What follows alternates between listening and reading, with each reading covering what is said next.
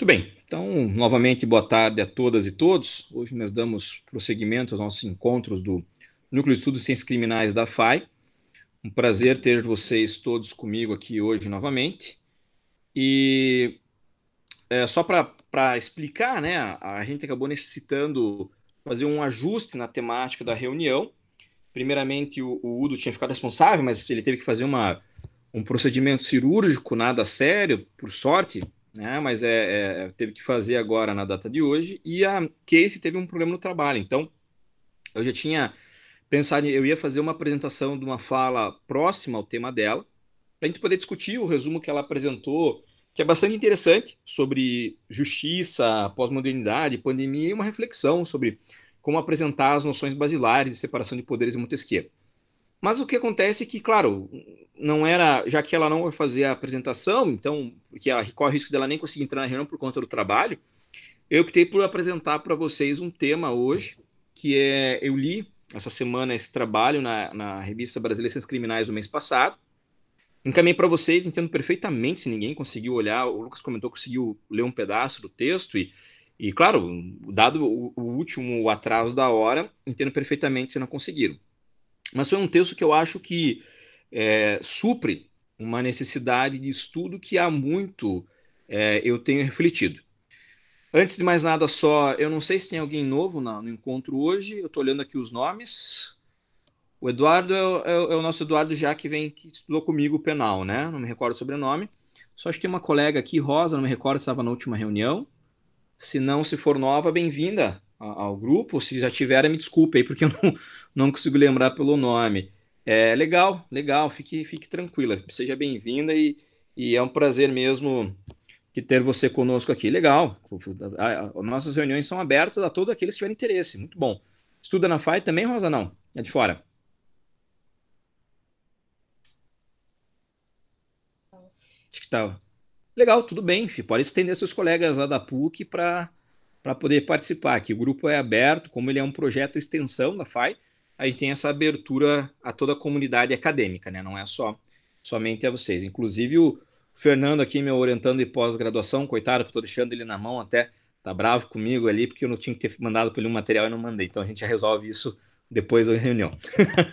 Mas vamos lá. É, então eu vou fazer uma apresentação breve do texto e algumas considerações posteriores que eu cheguei numa reflexão posterior ao texto. Quero ver se talvez esse estudo não desencadeie para nós algo que eu já havia comentado com vocês numa reunião há um mês e pouco atrás, 2 meses. Para o ano que vem, nós vamos fazer um pouco diferente o NECRIM. Então, vai ser necessário que cada pesquisador apresente um projeto de pesquisa que tem interesse. E nós vamos vincular daí os alunos de graduação aos pesquisadores. Então, por exemplo, né? Vamos pegar ali. O Alexander até agora há pouco me mandou mensagem dizendo que não vai poder entrar, já no horário, mas conseguiu entrar atrasado, que está com uma aula do mestrado dele. Por exemplo, ele que está pesquisando o mestrado, poderia abrir um projeto de pesquisa com o tema dele, e a gente então vincularia um aluno ou outro que se interessasse sobre a temática para pesquisar. Ou às vezes combinar, né? Sei lá, supor a Lucas entra em contato comigo antes, fala assim, professor, a gente está pensando em pesquisar isso, o que a gente fazer um projeto? Por que a ideia do projeto? Porque com isso a gente consegue fazer uma pesquisa de cada reunião, uma temática desses temas que vocês desejem apresentar como projeto, e ao final do semestre a gente já tem material para ser publicado. Né? Então a ideia é essa. E há muito tempo já tem algo que me incomoda que diz respeito à historiografia dos pensamentos das escolas penais no Brasil. E esse texto caiu como uma luva. Na verdade, até antes de eu falar um pouco do texto, eu queria falar do autor que escreveu ele. Eu conheci recentemente os trabalhos desse autor, não é um autor que eu conheço há muito tempo, o professor Ricardo Sontag. Eu tive acesso à tese dele de doutorado, está publicado pela editora Revan, do Rio de Janeiro. Uma belíssima tese de doutoramento, ele fez estágio fora do país também. E ele foi estudar a base da escola positivista italiana. Ele foi fazer o estágio dele de doutoramento fora, na Itália. E lá ele traz agora não lembro se foi na faculdade de Roma mesmo que ele estudou, e ele traz uma pesquisa muito profunda sobre a matriz que influenciou o nosso Código Penal entre ali 1830 até 1890. Ele faz ali todo um apanhado geral, como foi a base de estrutura de pensamento da transição do Código do Império para o Código da República e para o Código de 40. O que é importante a gente elucidar inicialmente é que, diferente da legislação civil, os nossos marcos penais tiveram uma autonomia muito mais cedo, né? Vejam, nós tivemos a Declaração de Independência em 1822, 8 anos depois nós temos um Código Penal autônomo. E talvez, não sei se os que foram meus alunos de graduação, não sei se alguma vez eu cheguei a comentar com vocês isso em sala, mas o nosso Código de 1830, ele tem uma importância histórica muito grande. Por que isso? Vejam, nós não tínhamos ainda faculdades próprias de direito instituídas no Brasil, né? Salvo engano, a USP é de 1826, ou de 1822 mesmo, me recordo do ano de fundação dela, e a do Recife também. São as duas faculdades que inauguram o termo faculdade no Brasil, né, que foi a Faculdade de Direito do Largo São Francisco, Faculdade de Direito da USP, e a Faculdade de Direito do Recife, né? Isso. E daí as duas faculdades acabam fazendo essa primeira cátedra, na qual nós vamos ter uma construção do pensamento jurídico brasileiro ao redor das duas. Tanto é isso que existe uma tese que está publicada pela editora Autêntica, e eu não estou aqui com o livro em mãos, depois eu posso passar para vocês no grupo nosso do WhatsApp. É um belíssimo trabalho que o nome, se alguém procurar para mim no Google aí e achar, por gentileza, o nome é Das Arcadas ao Bacharelismo. Tá? Eu não lembro o nome do autor, acho que é Sérgio alguma coisa o autor. Na qual ele vai falar justamente sobre essa transição de como nós tivemos o que seria uma busca de construção do pensamento acadêmico e científico no Brasil. E nessa tese de Alberto, não Sérgio, obrigado, Rosa, Alberto Venâncio Filho, exatamente esse livro. É um livro da Autêntica, uma capa branca com um cantinho assim, com desenho e o símbolo em verde embaixo. Tem uma boa memória visual da capa do livro, mas não consigo lembrar o nome do autor. E nesse trabalho, que é um trabalho até pesado para ler, sim, porque é um trabalho que apresenta historiografia, e nós, no direito, nós não temos por hábito, né, um estudo da história do direito de forma profunda, conforme a gente quer estudar de forma direta, como ciência, né? Alguns professores de história do direito, conversando com eles uma vez, falaram: olha, eu tenho que ir lá às vezes para aula e os alunos estão tão desinteressados na matéria, tem que dar aula de historinha do direito, não de história do direito quanto ciência. Isso que nós temos aqui na nossa região, grandes nomes, né, da história do direito, como o professor Ricardo Marcelo Fonseca, reitor da Federal, o professor Luiz Fernando Lopes, também da Federal, o Tiago Jansen, né, que é um dos jovens da minha geração de pesquisadores, né, recém-doutor e um baita pesquisador da historiografia do direito. E nós temos um cerne, né, alguns grandes professores, como o coordenador da pós ABD Conte, o professor Francisco Monteiro Rocha, tem um trabalho, a tese doutoral dele sobre pesquisa de julgados do STF, gente, maravilhoso, todos publicados nessa coleção de história do direito junto à editora Juruá. E nesse cerne de estudo que aparece os trabalhos do Ricardo Zontag, ele como um pesquisador que vai estudar fora, então, mas que é professor da Federal de Minas Gerais, né? Da Escola de Direito, né? Faculdade de Direito da Afonso Pena, né? Como é o nome dela, recebida lá, um dos principais focos de estudo do Brasil, a Faculdade de Direito da Federal de Minas, né? Até tive a oportunidade, junto com a Jaque, da gente apresentar um trabalho lá em 2018, se não me engano, 2017, 2018, a gente apresentou num congresso da IDP em 2018, da Associação Internacional de Direito Penal, e é uma faculdade com grandes pensadores do direito e tudo mais.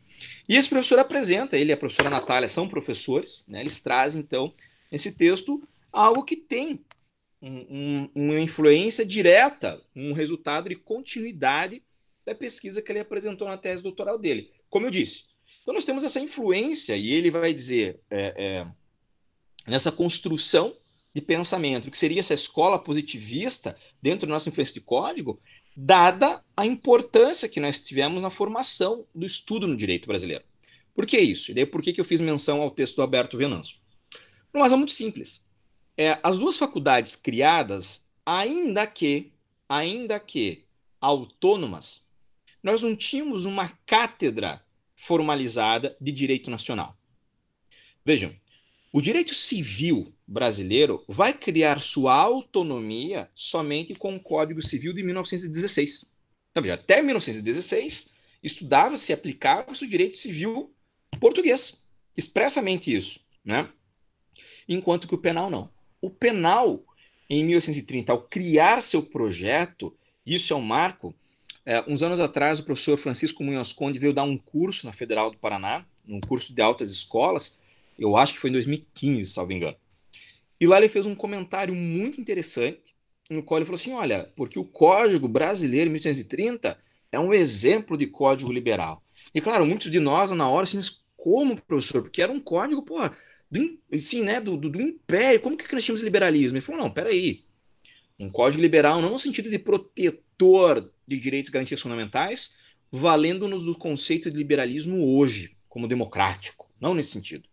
Mas a época, diz ele, firmando um rompimento mesmo. Vocês romperam a época com toda a estruturação ideológica e política e principalmente jurídica portuguesa e construíram um diploma próprio de estudantes que eram formados pela escola conimbrense, né? Então, assim, a gente pode, não sei se algum de vocês já fez estudo de algum trabalho dos grandes pensadores de direito penal de Coimbra, nós temos grandes autores, né? José Faria Costa, Jorge Figueiredo Dias, Eduardo Correia, Manuel Costa Andrade, são autores, assim, de uma importância muito grande para o direito penal brasileiro, né? Hoje a gente tem a professora a Cláudia Santos, com uma grande penalista da atual geração de professores de Coimbra. Tem também a Ana Cláudia Rodrigues. Então, assim, a gente tem várias. Acho que a Ana Cláudia é espanhola até, tem que corrigir só essa minha informação, que acho que estou fazendo confusão o nome dela.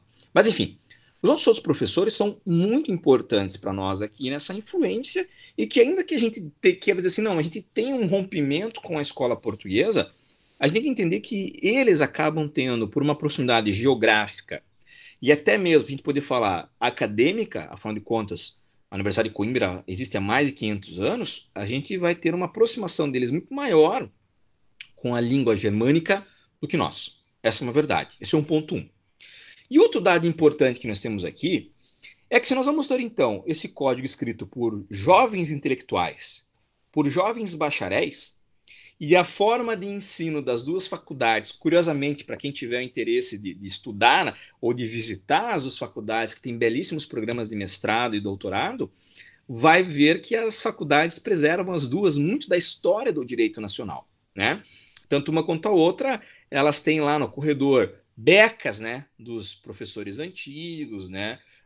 Tanto uma quanto a outra mantém, preserva a ideia de ter nomes das salas com professores da velha guarda, né, assim, de tradicionais guardas, né? Inclusive na Faculdade de Direito da USP, para quem não sabe, tem uma tradição muito curiosa, que é de ter vários quadros nos corredores da faculdade e também num espaço específico do museu próprio da faculdade. E que diz os estudiosos da história da faculdade que isso começou com um funcionário, que ele, por questão de preservação, resolveu juntar alguns quadros que tinha em homenagem aos professores e lá foram ficando. Então é muito comum, vocês vão lá, por exemplo, na Faculdade de Direito da USP, você tem o quadro mesmo de todos os diretores da Faculdade de Direito. É feito um quadro, inclusive dos mais recentes, não é fotografia, é quadro mesmo. Isso mostra o quê? Isso mostra um quê, né? Um ar blasé, digamos assim. E que, claro, há todo o significado simbólico disso, né? Eu particularmente acho muito bonito esse tipo de memória ser resgatada. Mas é claro que isso também tem um problema, que diferencia um pouco no fato de afastar um tanto quanto isso, talvez, como posso dizer assim, da sociedade como um todo, né? Haja vista que essa forma de pensamento do bacharelismo, ele acaba sendo um pouco esse distanciamento da realidade social para com o que se tem dentro da academia. Daí que criam-se mitos, como nós falamos, que os intelectuais valem mais do que toda a sociedade, né? Cria-se todo aquele mito de que, olha, o jurista, para valer, ele vale mais do que outra profissão, né? Eu não sei vocês, mas, por exemplo, eu tive uma professora no meu primeiro ano de faculdade que ela falava que nós éramos mais importantes para a faculdade que os outros cursos, porque nós éramos futuros doutores da lei. Assim, uma pataquada, né? Uma mentira, né? Ou seja, como se nós, simplesmente que trabalhamos com as leis, pudéssemos olhar as pessoas de cima para baixo, né?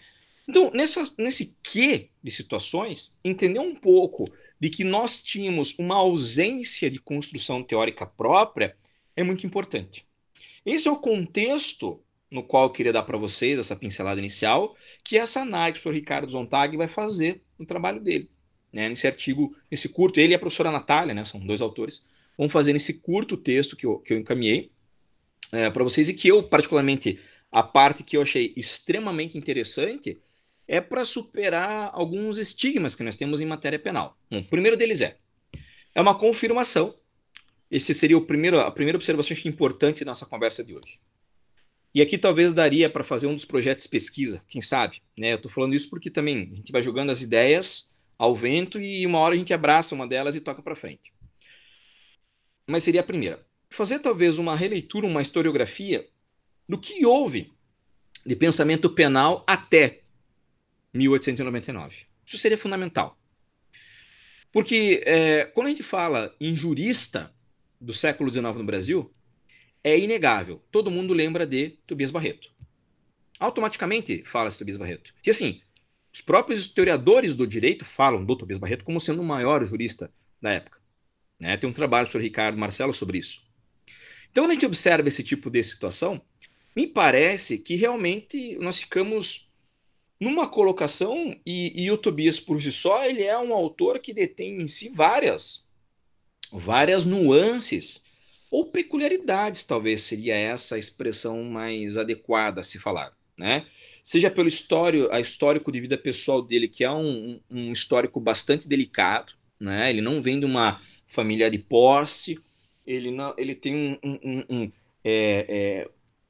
há alguns trabalhos, né, sobre ele, e tem um do Davi Tangerino sobre ele, tem um inclusive curiosamente tem um da Janina Pascoal sobre ele, né? É curioso isso, né?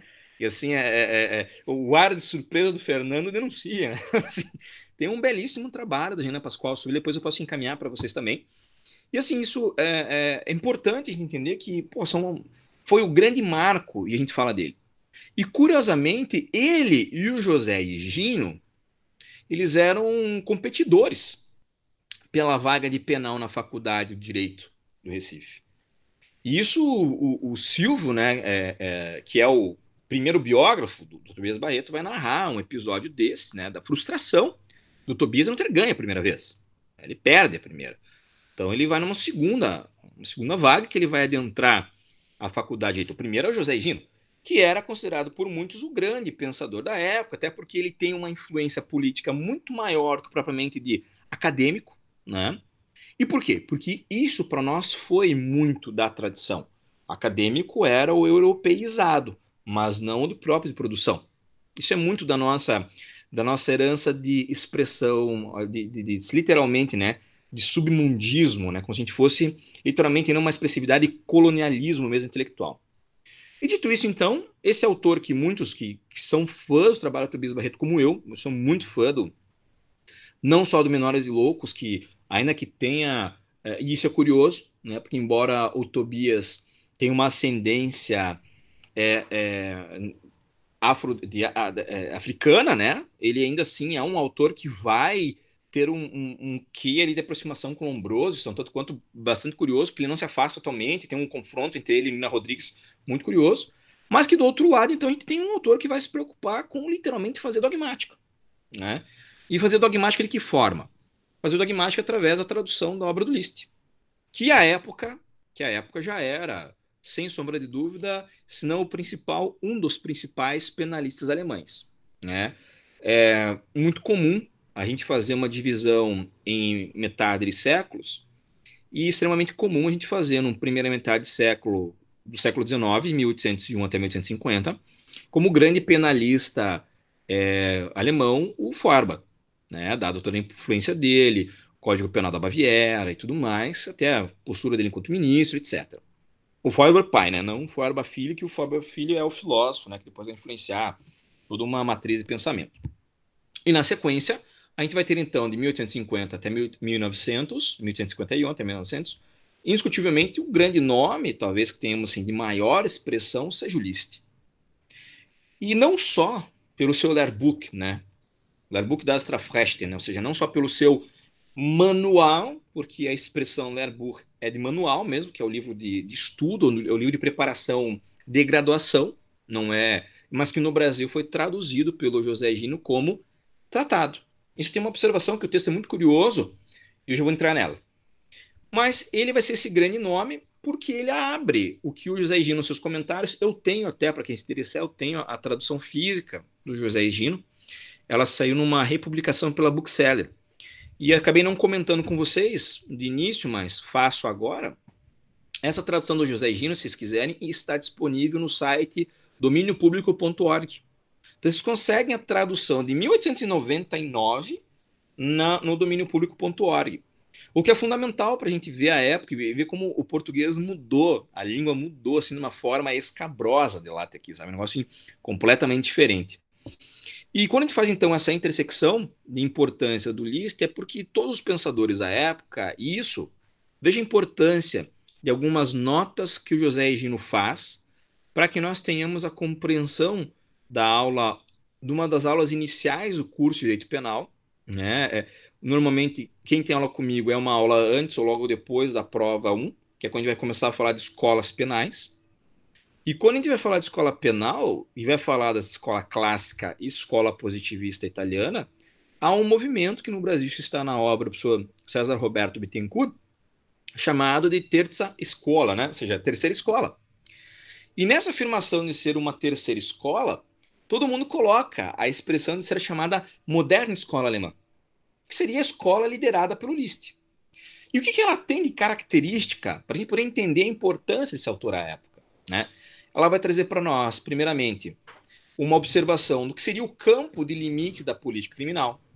Ela vai trazer para nós, além da observação sobre qual o limite da política criminal, porque há uma frase muito famosa e atribuída ao Liszt, que é de que o limite do direito penal, né, o limite da política criminal, perdão, é o direito penal, que é confundido esse limite que o Liszt faz à época como sendo justamente a codificação. Porque entendia-se à sua época que direito penal era o estudo da dogmática no sentido de codificação. O direito penal é o direito construído, né? É o direito então embasado no sentido de construção da lei. Qual é o chimarrão, por favor? E daí nesse tem água dentro? E daí nesse ponto é fundamental entender que além desse patamar, o Liszt vai escrever numa obra antes do tratado, e ele vai repetir isso em alguns pontos do tratado, principalmente na parte final do volume 1, porque no Brasil ficaram em dois volumes. Ele vai fazer alguns comentários sobre o apenado, mas isso não está em síntese no manual ou no tratado, isso já estava no texto que antecede, que é um pequenino texto que vocês encontram para vender no estante virtual por 20, 30 reais, que se chama A Ideia de Fim no Direito Penal, que é o chamado Tratado de Marburg, né, que seria equivalente à época que ele então ministrou lá, antes de encaminhar a ser professor em Berlim.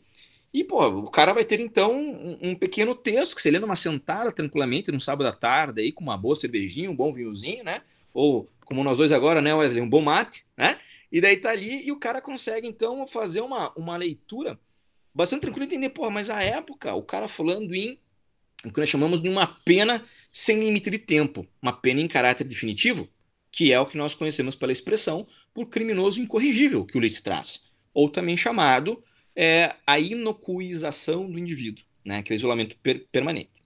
E veja que todas essas ideias centrais, então, acabam adentrando ao campo do direito penal por esse autor que é o José Higino.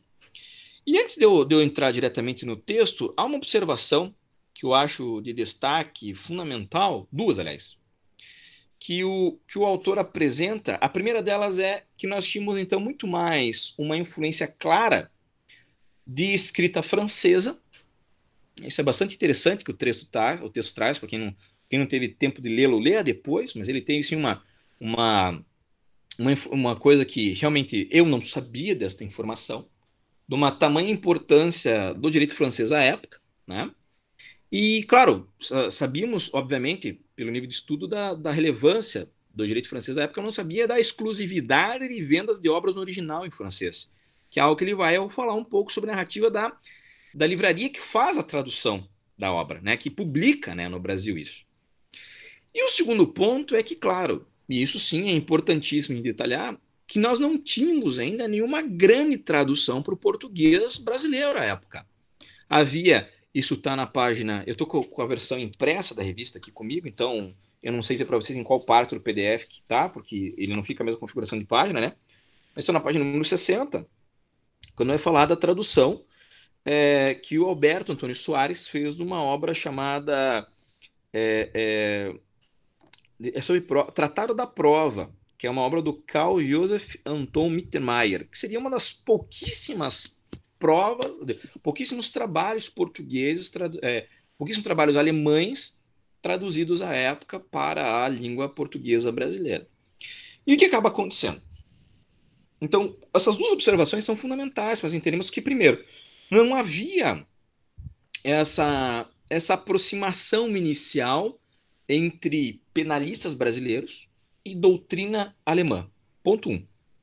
E ponto dois, isso é tão comprovado, diz o professor Ricardo e a professora Natália no texto, afirmam os dois, que o que demonstra que ele é o primeiro tratado a ser traduzido diretamente para a nossa língua.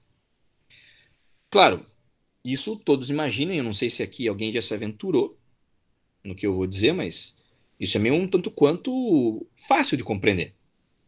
Por quê? Porque a raiz linguística do francês e do italiano são muito mais próximas ao português. Então, assim, tanto que se bobear, dependendo da família que você vem, você até se arrisca no linguajar em italiano, nossa região, né? A Jaque, que está aqui na reunião, não me deixa mentir, né? Então, a gente tem, assim, algumas famílias que acabam ainda mantendo expressões no seu linguajar interno. É muito comum isso ainda hoje. E claro que também em algumas regiões aqui também há essa mesma influência alemã, mas que na época ainda não tinha sido firmado de forma própria, por uma razão simples. Nós vamos ter que a lei das imigrações não tinha causado impacto ainda a longa escala. Veja, nós vamos ter em 88 a abolição da escravidão e em 90, 2 anos depois, a lei que permitiu a vinda, né, a imigração de forma livre. Então vejam, porra, é muito pouco tempo, para em 99 tá a tradução, nós não temos efetivamente já esse hábito familiar à época. Então, é óbvio que numa raiz e aproximação para quem queria fazer estudos de línguas era muito mais próximo o italiano e o francês do que propriamente o alemão. Isso é curioso que não sei, eu não posso afirmar isso, porque isso não tem base alguma no que eu vou falar. Não tem absolutamente base científica alguma. Mas assim, não seria de estranhar, tá? Não seria de estranhar se até a própria ideia do Tobias Barreto de querer estudar alemães não decorresse disso. Por uma razão simples. Eu vou mandar depois esse texto do Tobias para vocês da Janaína, que é muito interessante, porque o Tobias Barreto é literalmente, desculpem a palavra chula, mas acho que facilita bem o exemplo para vocês, um cu de encrenca. Né? Ou seja, o cara era assim, uma pessoa muito difícil de trato pessoal, de acordo com os historiadores que se aprofundaram sobre a vida dele. Embora gênio, mas de difícil trato. E nesse ponto, talvez justamente a sua ideia, por ele buscar um distanciamento do que seria já a ideia de dominante de pensamento à época, isso muito explicaria o interesse dele por que correr numa corrente germânica, né? Numa corrente tedesca, e não manter-se dentro da tradicionalismo aí, francês e italiano, que sempre vigorou nos juristas brasileiros. Até mesmo pela aproximação com o português que vinha da escola conimbrense, etc. À época, né? Bom, esse é o panorama geral, onde o José Higino vai traduzir, então, a obra do Liszt. Bom, e o que isso importa para nós enquanto escola de pensamento? Vejam, como eu disse agora há pouco, nós costumamos afirmar que existe inicialmente escola clássica, com Feuerbach, com Beccaria e com eu esqueci, o Rommel, que é o Beccaria alemão, né? O Rommel. Aliás, eu não conheço muitos trabalhos que no Brasil citam o Rommel expressamente. Acho que a tese da Elisa Bechara é uma das poucas que cita o Rommel expressamente. É porque ele não tem tradução. E quando a gente então estuda a escola clássica, vê lá com pontos em comum, né? Uma posição mais democrática, princípio da legalidade, limitação ao grau de culpabilidade, entre outros características, e principalmente uma ideia de impor limites ao papel estatal. 180 graus em sentido antagônico, costuma-se dizer que existe a escola positiva ou positivista italiana. Então, do trio, né? Do trio duro, né? Garofalo, Lombroso, Garofalo e Ferri, né? Sem sombra de dúvidas, o primeiro e o último com maior destaque, muito maior destaque que o Garofalo, né? Mas, muito mais dos três, o maior jurista dos três, indiscutivelmente, foi Ferri, né, com uma influência muito grande do Carrara, ainda que não dito de forma expressa. Isso até está no texto, mas quem estuda o período da escola positivista italiana sabe que se não existisse um Carrara, jamais existiria um Ferri. Né? Agora, por que isso? E a terceira escola, essa corrente inicial, que é inaugurada pela moderna escola alemã, trazida pelo Liszt, ela tem uma base de pensamento que ela é muito curiosa. Ela se aproxima, na sua base, muito do que se tinha a escola positivista italiana. Só, mas isso é um absurdo que você está falando. Claro que não. Claro que não. Porque a época vigorava para nós com uma matriz de pensamento, não necessariamente uma estrutura de linhagem científica no grau que foi apresentada inicialmente com a escola clássica. E até o nome é clássico, gente, observem, porque é a primeira. Né? E por que escola? Porque é um conjunto de autores que conjugavam os mesmos ideais. Não quer dizer que os caras eram amigos entre si. Né? Tanto que a própria escola positivista italiana não chega a gerar uma escola, porque os caras não escreviam juntos, mas tinham uma mesma matriz de pensamento. Isso para nós é fundamental para entender o que o Liszt vem liderar esse novo movimento de rompimento com essa bipolarização. Ele vai dizer, olha, a matriz da qual o Liszt parte é a mesma matriz da qual parte a escola positivista italiana, que é estudos e influência das ciências naturais. Professor, eu discordo. Então, vamos lá. Primeiro pelo seguinte, quando nós temos o conceito de autor para a escola positivista italiana, nós temos o critério tipológico ou biotipológico que lidera Lombroso, o critério psicológico, que é de matriz do Garófalo, e por fim o critério mais em linhagem sociológica, que era a matriz que o Ferri utilizava. Ponto. Mas os três tinham como objetivo a identificação de quem é o autor do crime. Já o Liszt vai partir de conceitos também de ciências naturais, mas não para definir o sujeito, e sim para definir o conceito de conduta. Veja, conduta criminal para o Liszt é um movimento muscular voluntário, que tecnicamente no Lerbourg vai ser traduzido como a causa de um resultado naturalmente esperado. Ou seja, eu vou ter a conduta traduzida literalmente como um agir muscular. Né? E no famoso exemplo do Liszt, ora, uma ação criminal é uma contração de músculos. Uma omissão criminal é um relaxamento de músculos. Né? Ou na tradução do Higino, do José Higino, que vai ser algo como uma distensão muscular. E por que que isso caiu como uma luva para a necessidade à época? Por uma razão simples. Nós não tínhamos, então, nessa primeira parte, como eu falei, nós tivemos um hiato de intelectualidade e criação de obra própria dentro do solo nacional. E com a inserção do tratado, temos um primeiro referencial para poder falar assim, olha, um grande autor de nível internacional aqui está. E o que é curioso do Liszt, conversando com quem já bebeu da fonte mesmo, com alguns colegas que estão estudando na Alemanha, eles costumam falar que o pessoal que se preocupa muito em entender quem são os autores de cada época para poder influenciar e entender como se dão nessas construções. Né? Falam que além da grande influência que o Liszt tinha, do grande recebimento internacional dele como grande autor, ele tinha um carisma pessoal, um carisma acolhedor para pesquisadores. Isso se demonstra claramente nessa influência que ele vai causar. E, gente, isso aqui que é o dado importante que o texto traz para nós. Ele não é só uma tradução que a gente pode dizer assim, ó, aleatória. Não é como, de repente, um de nós chegar em alguma livraria e, sem saber quem é o autor, pega o livro da estante e faz a tradução. Não foi isso que aconteceu.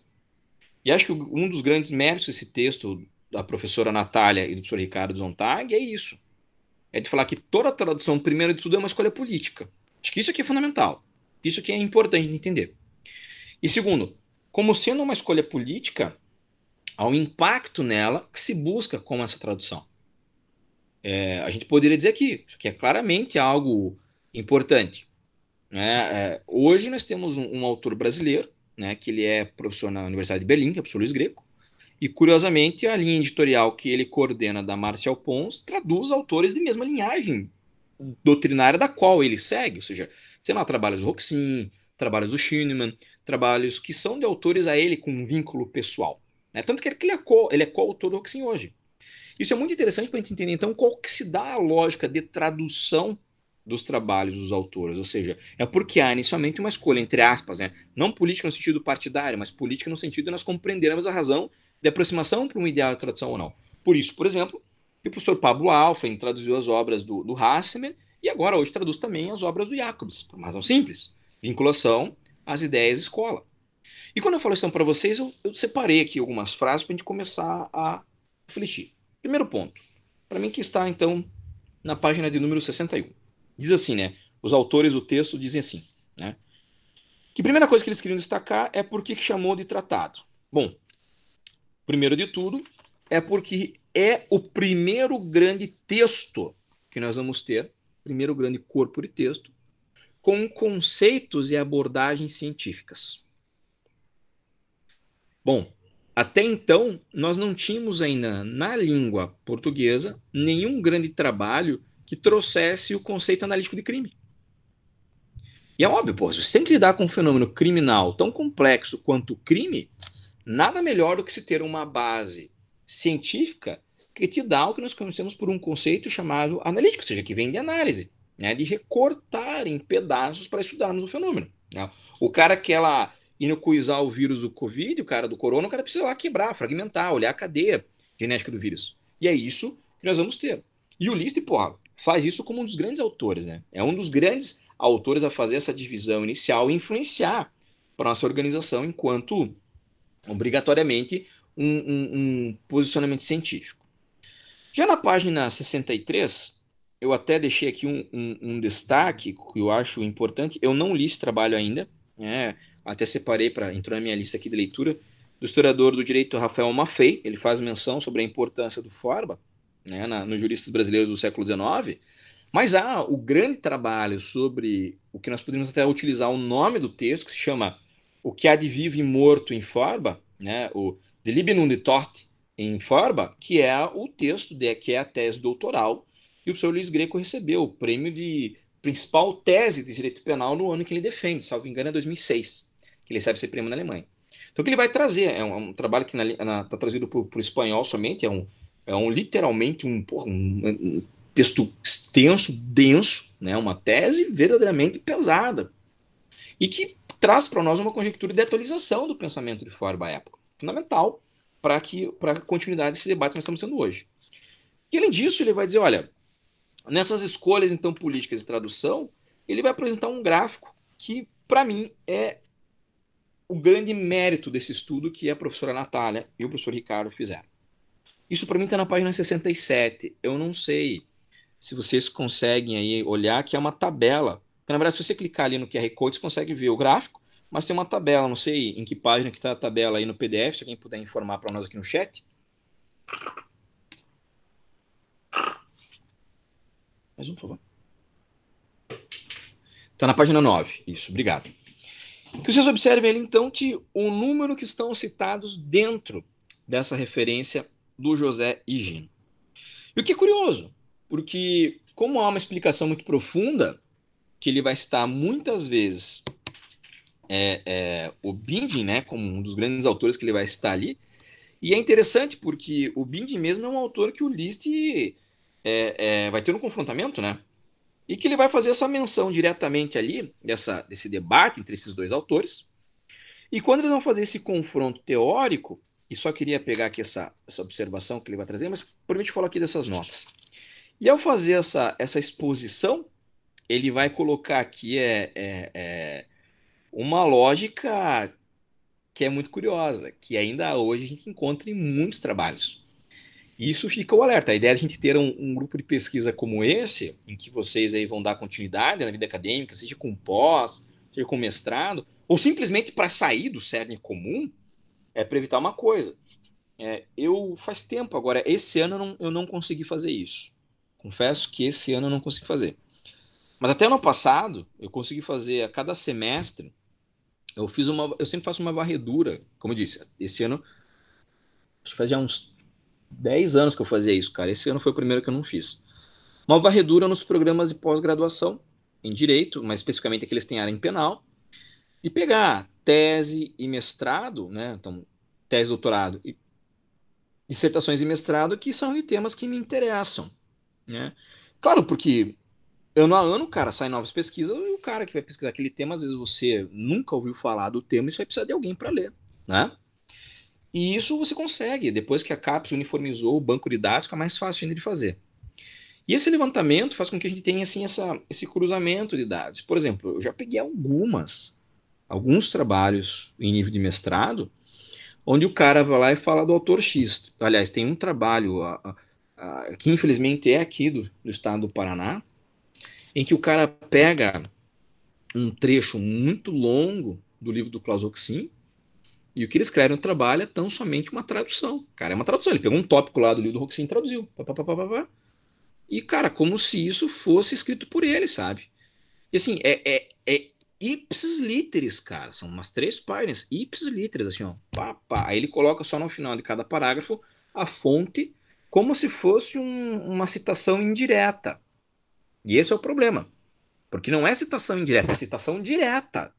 Só como o texto não está em português, talvez aí os membros da banca, alguma coisa, os caras não se ligaram que era transcrição expressa, sabe? Isso, por que eu estou citando para você isso? Porque aqui está, nessa parte do texto, que é o em 3.2 do artigo desses dois professores que nós estamos conversando hoje, algo muito importante. Vejam, dos autores citados, né? Então o cara cita o total nas suas notas 91 autores, sendo que desses 91 autores, 71 são alemães. Um é brasileiro, 6 franceses, claro, que é pela importância que os autores franceses tinham à época. Um holandês, 2 ingleses, 3 italianos, mais uma vez, pela importância que eles detinham à época. Um norueguês, um polonês, 4 portugueses. Ora, por razão óbvia também. E um russo.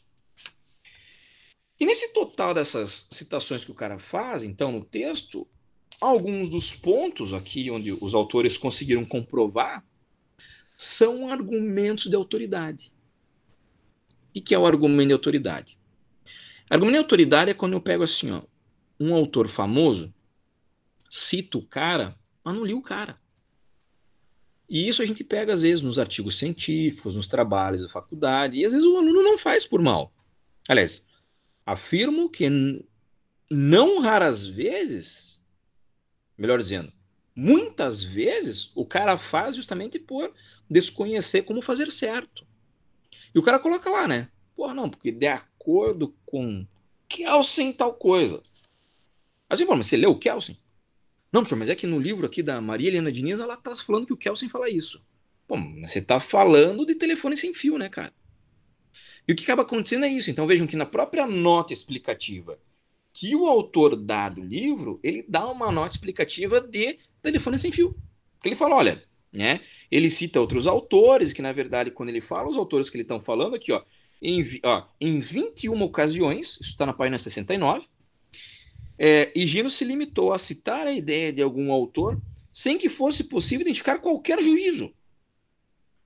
Porra, e daí você vê que os autores aqui do texto vão mencionar um caso de um outro autor nacional em que o cara pegou literalmente um livro inteiro e traduziu. Não sei se vocês chegaram nessa parte, os que não leram o texto ainda, por favor, leiam. Ele falou, olha, teve um autor aqui que faz uma tradução ipsis literis e não dá o crédito ao autor original. Aí caiu, você? E vejam que absurdo. O cara não dá o crédito ao autor original. Já poderia ser ministro do governo Bolsonaro, né? Então, assim, já podia ser ministro do governo Bolsonaro. Então, assim, quando a gente fala isso, gente, isso aqui é muito grave, porque é o que há de maior picaretagem acadêmica que pode ter, é isso, é você pegar a ideia de um autor e transcrever a outra. Só para vocês terem noção, teve inclusive uma pessoa que foi professora durante um período, um homem, na verdade, ele foi professor durante um período na Faculdade de Direito da USP, do curso de Direito, e, cara, ele caiu num plágio. Ele plagiou um importante professor de Direito Penal no Brasil, que é o professor Paulo Queiroz, plagiou. Inclusive, e há livro publicado sobre o assunto, citando esse caso. E o cara foi, claro, não era vaga definitiva, era aquelas vagas temporárias. Assim como eu ocupei durante um período a vaga de professor substituto na Federal, esse cara tinha uma vaga de substituto no curso de Direito da USP. E, claro, a primeira coisa foi essa, ó, cai fora. Os caras falam, vaza. A primeira coisa é essa, pede a conta e vaza. E é um cara que na área em que ele atua, ele tem um renome. Mas o cara foi processado por um plágio muito grande, óbvio, que afinal de contas, né, bicho? O que você espera do sujeito que faz um plágio? Como a gente vai confiar num autor em que ele faz um plágio, né? Isso é uma coisa muito grave. E que muitas vezes, para a pessoa que não está no campo acadêmico, isso não parece muito do que. Talvez também essa preocupação nossa seria algo de se pensar. Não sei se isso também não é também dessa nossa herança do bacharelismo. Talvez, pode ser, né? Mas essa preocupação muito grande em que nós temos essa questão da honestidade científica. Isso quando esses autores aqui, então, desse texto que eu passei para vocês, começam a falar, a gente começa a entender, então, que, porra, parece que simplesmente deu certo porque nós não tínhamos os críticos. A pesquisa acadêmica hoje séria, né? Recentemente escutei um colega falar que agora está abrindo mestrado em tudo quanto é faculdade. Pô, eu já penso de uma forma diferente. Eu penso, porra, que bom isso. Porque afinal de contas, a gente precisa mesmo quanto mais pessoas com maior verticalização de estudos, eu acho isso sensacional. Né? Ah, mas vai faltar espaço de mercado, mas meu nego, isso aí é outra coisa. Isso é outro problema. Né? Não sei se vocês se recordam, me desculpem aqui o discurso no sentido político, né? E por favor, não me compreendam como machista no comentário, longe disso. Né? Mas é um exemplo que é uma frase atribuída ao Fidel, né? Muito famosa, né? Que criticaram ele uma vez numa convenção da ONU, né? Não, porque em Cuba as professoras doutoras estão tendo que se prostituir. E ele, num comentário, de certa forma, preconceituoso, mas arrogante, ele falou assim: não, é porque em Cuba até as prostitutas têm doutorado, né? E veja que essa resposta ela é muito denunciativa do que nós colocamos como valoração para uma sociedade. A gente precisa que mais pessoas sejam, sim, mestres e doutores. Isso que é fundamental. Só assim nós fazemos crescimento intelectual, né? Só assim nós vamos ter tratados escritos por autores nacionais. E quando tu fala isso, então, e partindo já para a parte final da fala, porque agora que eu vi que eu estou falando quase uma hora sem parar, me empolguei com o texto, a gente observa aqui que tem um ponto central que vai ser apresentado, que são as mediações da tradução, né, que são os pontos de diferente entre realmente se ele fazia uma mediação ou se ele realmente chegou a defender algo aqui ou se apropriar indevidamente do pensamento do Liszt, né? E é curioso porque, como os autores falaram, em alguns trechos o Higino vai fazer então elogios às leis alemãs da época e outra hora ele vai fazer críticas, dizendo que a lei brasileira é melhor.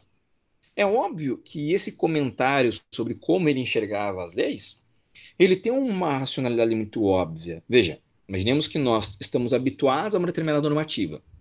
Somos já um autor com formação intelectual definida, né? 50 e poucos anos, já não é mais uma criança do ponto de vista intelectual, é uma pessoa que refletiu muito sobre temas. E é óbvio que o cara já vai ter uma tendência a uma adequação e uma sequência, né, acadêmica. E é óbvio, então, que ele vai dizer que aquilo que ele já tem, essa sequência, que ele acredita como, vamos dizer assim, menos errado, né? Porque certeza mesmo, talvez nós não tenhamos em nada. Ele vai dizer, olha, me parece que aqui a nossa é melhor que o outro. É comum.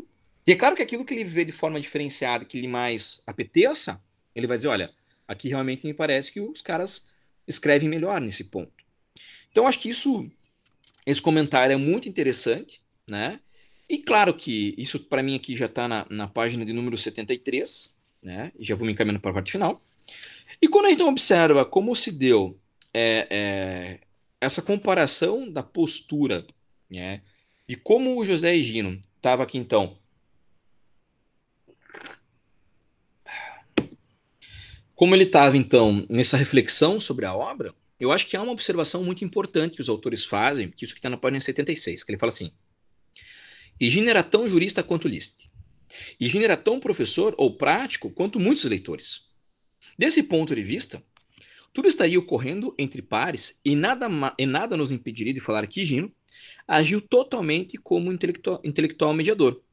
Contudo, admitindo, e me perdoem porque eu vou ler um pedaço bastante longo, Contudo, isso está em qual página para vocês ali? Só para a gente achar no PDF, se alguém quiser achar ali. Então, repetindo aqui, né? Então, ele é um requadro. Como assim? Agora, a dúvida agora é se Gino ainda estava agindo como um intelectual mediador nesses casos. Então, essa começa. Ele vai. Então, continuando. Gino era tão jurista, Gino era tão professor, tão prático. Né? Isso na 15. É que a de vocês está naquele PDF que é diferente do formato que eu estou lendo. Né? Então, está na 15. Desse ponto de vista, tudo estaria ocorrendo entre pares e nada nos impediria de falar que Gino agiu totalmente como um intelectual mediador. Contudo, admitindo essa premissa, teríamos muita dificuldade em distinguir as ações típicas do intelectual mediador daquela dos intelectuais não mediadores. Não obstante a salutar advertência de dois autores mencionados em seu parágrafo sobre as fronteiras porosas entre produção e difusão do conhecimento, entre esses dois tipos intelectuais e sobre a inocuidade da hierarquização historiográfica, entre elas a compreensão de certos fenômenos, exige sempre de nossas categorias a capacidade de fazer algum tipo de distinção. No nosso caso, a distinção relevante diz respeito a todo grupo de intelectuais. De fato, existe mediação em qualquer diálogo entre sujeitos porque sempre há alguma diferença entre esses indivíduos.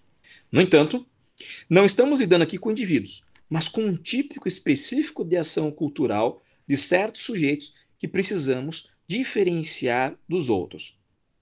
Essas 3 linhas agora eu podia pular, mas enfim. A própria abordagem de Gomes e Hansen sugere uma possível solução. A mediação quando discutimos diferenças entre universos culturais. Em outras palavras, quando no caso do bem cultural analisado, não estamos lidando com pares. Sempre que Gino, eu vou fechar, comparou o ordenamento jurídico alemão com o brasileiro, ele agiu, obviamente, como um intelectual mediador. No caso, a mediação entre parte de duas culturas jurídicas nacionais, entre o texto de um professor alemão e os professores, advogados, juízes e promotores brasileiros. Aqui a diferença prepondera. Mesmo os leitores brasileiros que têm a mesma profissão de List não são pares. Veja como é curioso isso. O que quer dizer? Que mesmo quem recebeu a obra não estava ainda no nível de confrontamento intelectual suficiente para tanto. Isso talvez seja porque, e aqui a gente pode fechar a conclusão, né, já pulando um pouco quando a gente fala, que embora, e aqui, claro, me parece isso, dado de certa forma, bastante interessante, ser publicado em jornais, né, a tradução da obra, né, isso é curiosíssimo, né, seria como se isso hoje na Gazeta do Povo, né, a gente colocar assim alguma coisa, né? Tipo, o Fernando César Domingues traduziu a obra do autor tal, sabe, na Gazeta do Povo. Sabe como curioso, porque isso significa então que nós éramos carentes simultaneamente de formação acadêmica e que o aspecto cultural era, de certa forma, também influenciado nesse ponto. E logo, com isso a gente pode dizer que era esse transplante, que é a palavra que eles usam nos últimos parágrafos, ali, se eu não me engano, que está no penúltimo parágrafo do texto, assim, esse transplante jurídico que nós tivemos da obra do List certamente foi importante. Aí vem para nós aqui a parte final do que eu queria, antes de abrir para quem quiser fazer algum comentário, que é o seguinte, e daí talvez a gente poderia até, quem sabe, né, dar um passo a mais, e aqui ficaria o convite para quem sabe, aos que se interessarem, após a leitura do texto, claro, para quem sabe em dar um passo a mais. Qual a importância desse trabalho do List nos penalistas brasileiros até 1980? Professor, por que até 1980? Por uma razão simples. Nosso código de 40 é um código que tem em si muito de um tradicionalismo da teoria causalista. Claro que não do causalismo originário, já de um causalismo influenciado pelo neocantismo, né? Já após proposta de Max Weber, já após a inserção de um ou outro autor da segunda geração. Mas ainda assim, se vocês pegarem julgados do TJ São Paulo e de alguns outros tribunais, gente, isso dos anos 70, e até agora, recentemente se encontrou isso. Os caras definindo omissão como ausência de movimento muscular. Porra, ou seja, a gente está usando um conceito ainda de matriz listiniana. Isso tem um peso de importância, principalmente se a gente for fazer uma abordagem na leitura, talvez Se a gente puder tirar do foco de estudo o Nelson Hungria, vamos tirar ele fora e pegar ali os outros tratadistas, né? A gente vai pegar lá o Basileu Garcia, de uma forte influência italiana, mas principalmente a influência que o germanismo tinha no Aníbal Bruno, que talvez tenha sido o nosso grande tratadista ali da primeira metade do século passado, né? E o Aníbal Bruno, pô, um leitor fluente de alemão, né? E que na sua obra ele estuda na matriz original.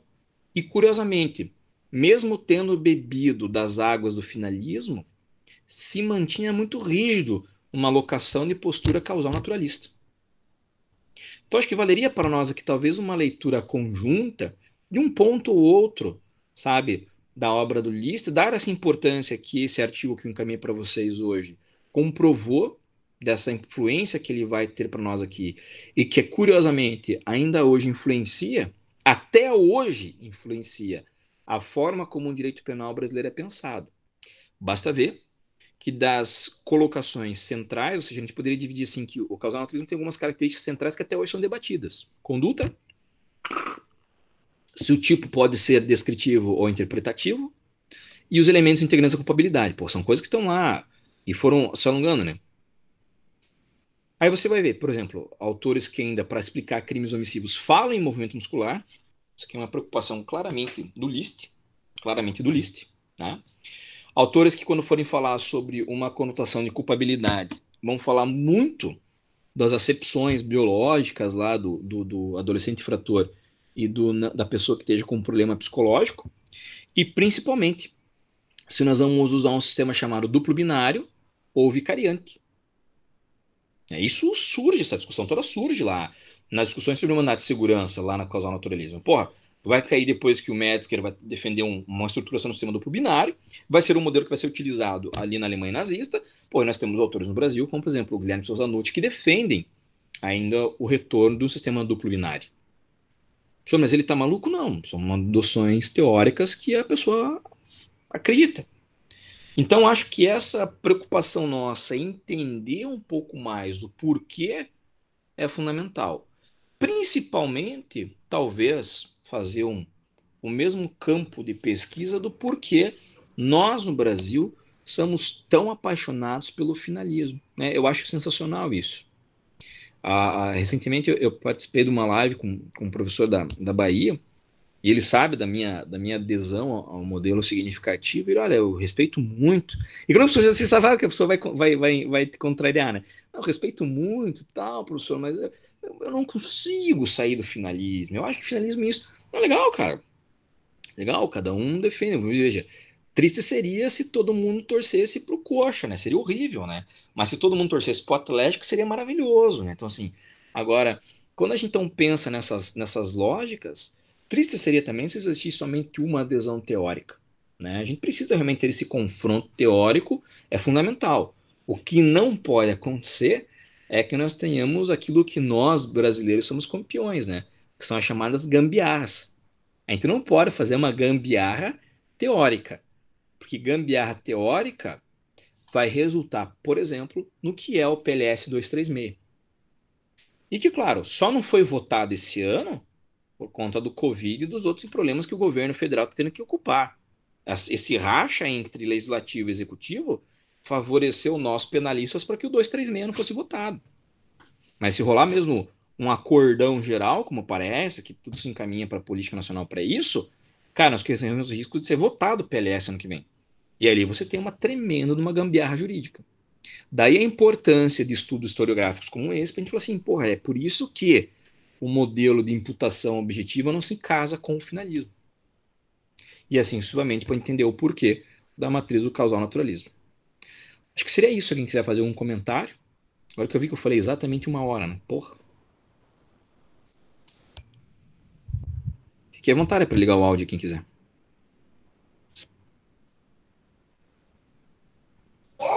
Então, professor, até como eu havia comentado com você no início, acho que os colegas não estavam aí presentes, eu vejo as críticas do autor aqui, Ricardo Sontag, como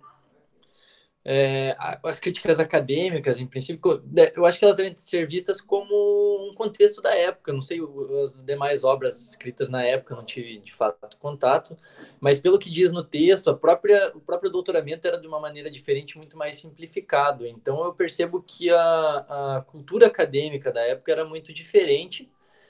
E até por isso, talvez, a escrita seja de uma forma diferente, sem aprofundar nos autores, nas citações, como diz ali, é, mas sendo mesmo assim um fator muito importante por ter inovado, trazendo o conceito alemão, que era difícil, não se falava alemão aqui, não se tinha esse pensamento que é muito forte no direito penal, para que pudesse ser estudado pelos demais juristas aqui dentro do Brasil, e daí pudesse ser trazidas novas obras também com base no pensamento do Liszt, e por isso que acabou se tornando um pensamento tão forte até hoje, né?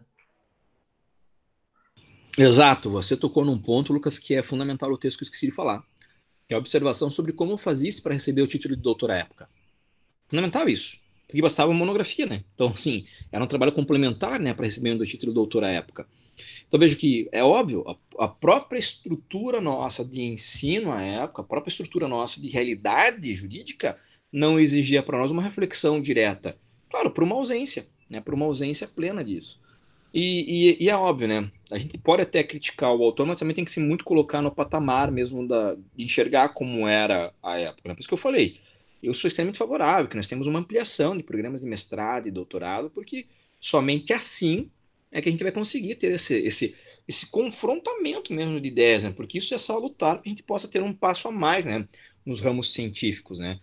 E até porque, claro, vejam, essa forma de nós enxergarmos o direito penal como ciência, ela é claramente alemã. Há muitos alemães isso, os alemães enxergam o direito como uma verdadeira ciência, né? A gente teve a oportunidade de conversar com uns pesquisadores brasileiros que estão lá recentemente, e eu comentei com eles, olha, eu acho que o direito eu não sei, eu tenho lá minhas dúvidas se o direito realmente é ciência. Ele, como assim? Tá maluco, cara? Direito é ciência sim, porra. Eu falei, não, cara, porque, veja, nós temos um problema de método, né? Não, mas por que blá blá blá blá? Eu falei, não, mas é que é uma questão de base filosófica, né? Pô, se o Wittgenstein fosse vivo, ele olharia para o direito e falaria assim, não, o direito não é ciência, né? Então, mas é uma questão de abordagem, de approach mesmo, filosófico, né? Mas acho que é por aí mesmo. Talvez ficaria essa provocação mesmo para que a gente, sabe, dar um passo a mais nesse texto, que eu achei bastante curioso, da dupla professora Natália e professor Ricardo, achei bem salutar. Isso que o Lucas levantou também. Talvez uma passada de olhos ali nesse livro do Alberto Venâncio, vocês consigam ver o que eu quis dizer com o bacharelismo, essa estruturação, porque é algo que nós temos muito ainda na academia brasileira é esse colonialismo intelectual, né? É muito forte. Ah, porque o autor alemão falou, tá, mas será que ele verdadeiramente é? A gente fica muito naquele medo, né? Porra, quem sou eu, né, para discutir daquele autor? Bom, às vezes você é uma pessoa que na sua pesquisa, no seu mestrado, no seu doutorado, você já conseguiu ter uma verticalização maior, de uma sementinha que iniciou lá na graduação, né? Vem crescendo, né? É curioso, a gente às vezes fica com medo, né? Tem um texto até que acho que, para puxar um pouco disso que o Lucas levantou, que é um texto do José Virgílio Afonso da Silva. Deixa eu achar aqui, eu vou colocar aqui no chat, que Posso eu discordar de um ministro do STF? Está na revista da GV, revista GV. Deixa eu botar aqui. O nome do texto é Quem sou eu para discordar de um ministro do STF? Esse é o nome do texto. E é um texto escrito pelo professor José Virgílio com um aluno dele, de graduação.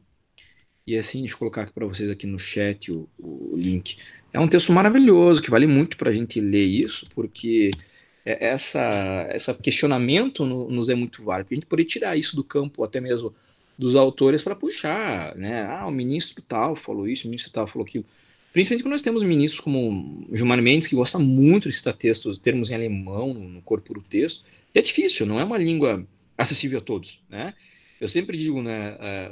O Wesley tem aula comigo, a Júlia que também está aqui, que está tendo aula comigo esse semestre, sabe, né? Pô, de repente no meio dos autores brasileiros, você pega lá o Pontes Miranda. Pô, o Pontes Miranda no meio do tratado do direito privado dele, o cara tem citação em grego. Mas, básico, né? Pô, quem que não lê grego? Né? Assim, é isso muito básico, né? Pô, assim, e o cara escreve meia página em grego. O cara você fala assim, não, pô, legal, né? Não entendi a conclusão do capítulo. Mas como assim você não lê grego? é salutar-lhe grego. Eu falo, porra, nego. Então são essas coisas assim que de repente a gente fica meio perdido, né? Mas que acho que são reflexões mesmo bastante válidas para esse ponto. Se alguém quiser fazer mais um comentário.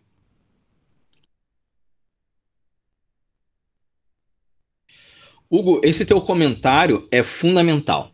Mas é fundamental isso que você levantou.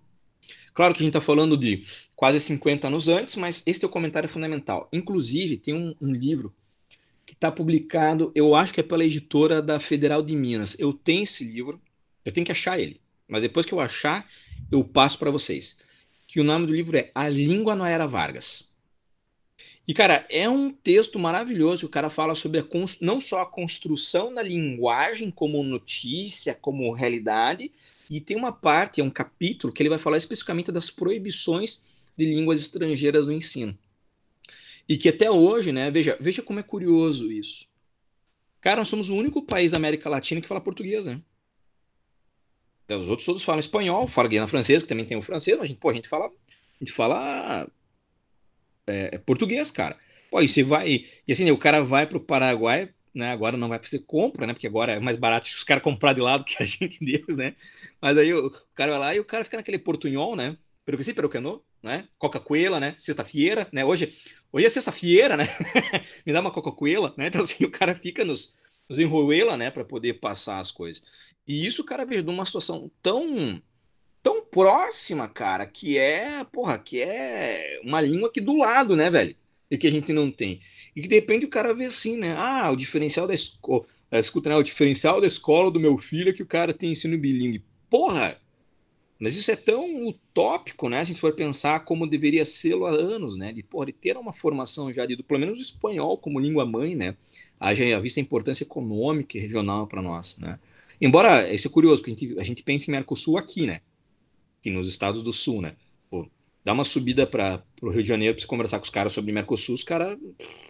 Que Mercosul, cara, sabe? Então tem uma viagem, embora os caras sejam grandes utilizadores dos planos econômicos disso, né? Mas é exatamente isso, essa observação que o Hugo levanta para nós aqui certamente leva, né? Não sei se alguém tem mais um comentário a lançar para nós aí.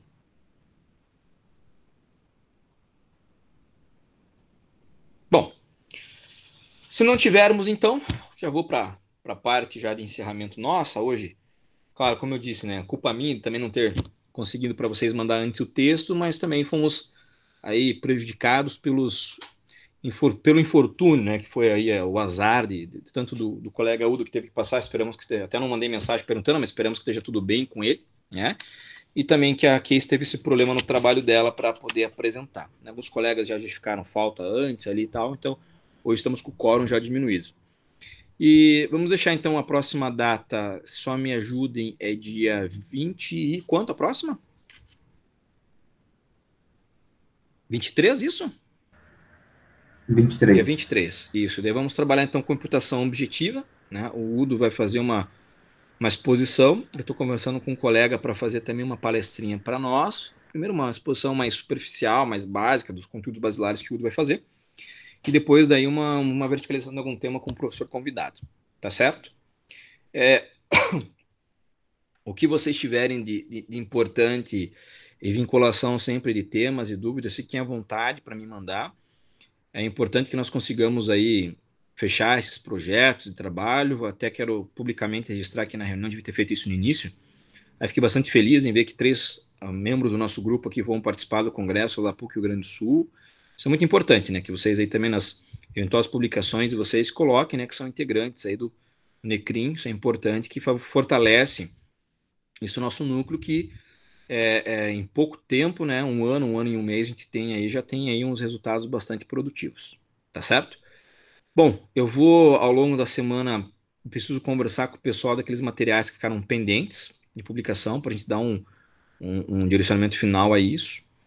E fico aberto aí, se alguém quiser alguma sugestão, alguma coisa, a gente sempre deixa esses minutinhos finais, né, para eventuais aí considerações. Eu vi que a Raíssa entrou agora, né, Raíssa Milanese, bem-vinda. Você que a gente acrescentou agora recentemente, né, Raíssa, no grupo lá, bem-vinda, a gente fica feliz com a participação sempre de pessoas novas. O Wesley já acrescenta o nome dela também na ata, por gentileza. Assim como o da Rosa Silvano também. Então, se ninguém tiver mais nenhuma consideração, vamos proceder ao encerramento, né? Então, a... Hein, professor, e aquela tradicional foto? É verdade, tinha esquecido, né? Quem puder ligar, bem lembrado, Alexandre, tinha esquecido, né? Então, quem não tem problema aí, fica tranquilo. Quem puder aí ligar a câmera só para dar um sorriso Colgate aí, para a gente bater uma fotinha para ir pro Instagram, né? Do grupo depois, seria legal aí. Vai ligar, amor? Não? Então tá, posso bater aqui já? Então vamos lá. Júlia, dá um oi, um sorriso Colgate. Camila vai ligar? Camila, Milene, vão ligar? Eduardo, não vão ligar? Só para eu saber aqui. Aí. Ah, Alice tá junto, tudo bem, Alice? Nosso casalzinho 20 do Necrim. Então, tudo bem com vocês? Fazem um casal muito bonito, vocês dois. Hugo vai ligar, Hugo, não? Não, então, vamos lá. Sorrisinho, sorrisinho todos aí. Tcharam! Um, dois, três e... Beleza, todos aí devidamente registrados. E é isso, galera. Muito obrigado a todos pela presença. Até a próxima reunião, dia 23, tá bom? Um abraço a todos e bom final de semana.